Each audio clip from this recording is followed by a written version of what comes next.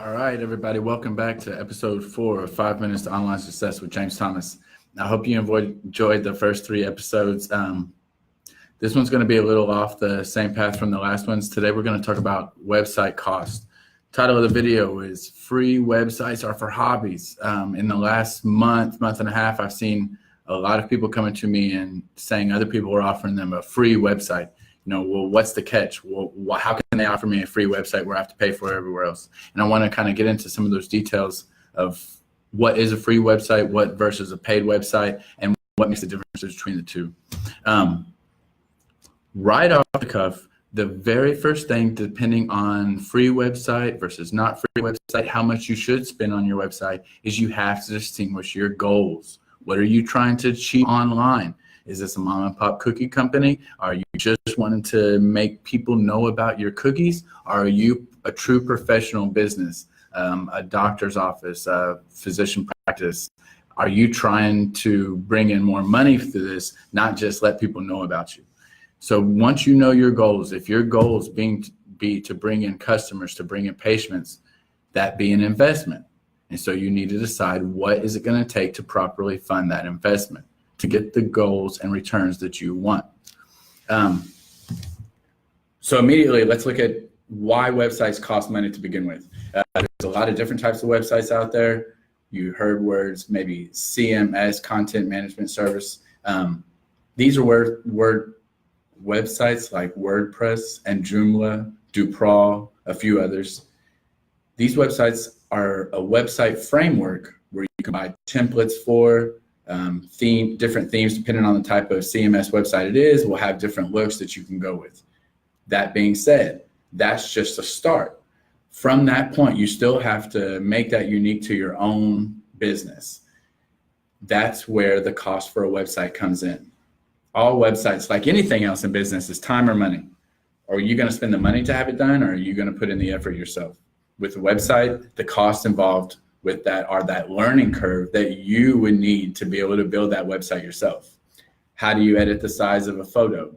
What size is properly for a website? Will it slow your website down? Will it speed your website up? Those are the learning curves that you're going to have to pick up yourself. And so it's a question of, do you have that time to afford that cost of effort?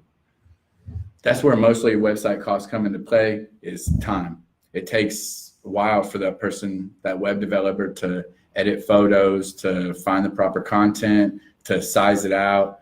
When you're building a website, there's a lot about sizing that takes into place. A big one I see a lot of people going with free websites is these new drag and drop websites. And that's probably an easiest place to get started. Whenever I have a customer come to me and ask about a drag and drop website, I usually suggest that they try.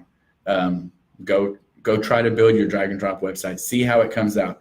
In all honesty, it actually shows a greater benefit towards me, because then you have a sense of what I have to go through to build a website.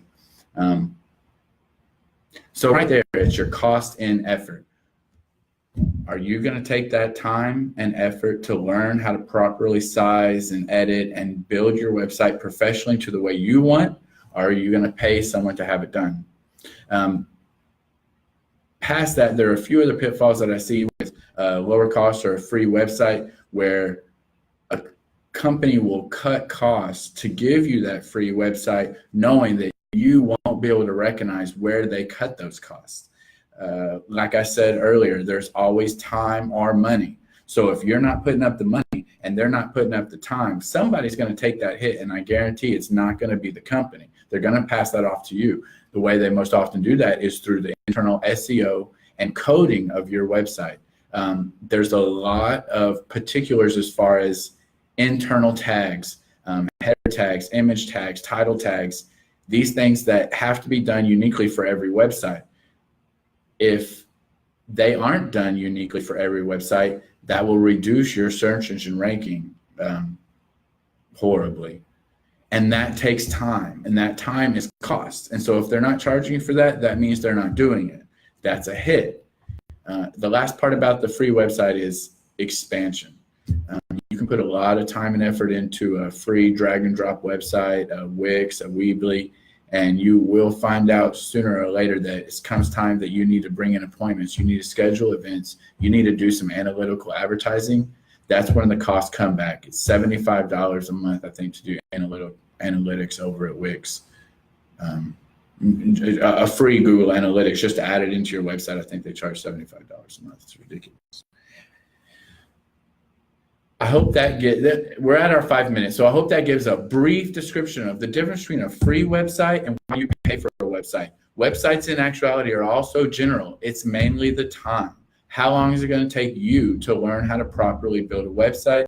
If it be a drag and drop, if someone's offering you a free website, where are they cutting the corners? What part did they remove from your website to make that cost effective for them to be able to build it for you? This can be very complicated. Each website is unique and different. If you have any questions, please feel free to contact me through Physician WebPages. I'll be happy to answer any questions you have.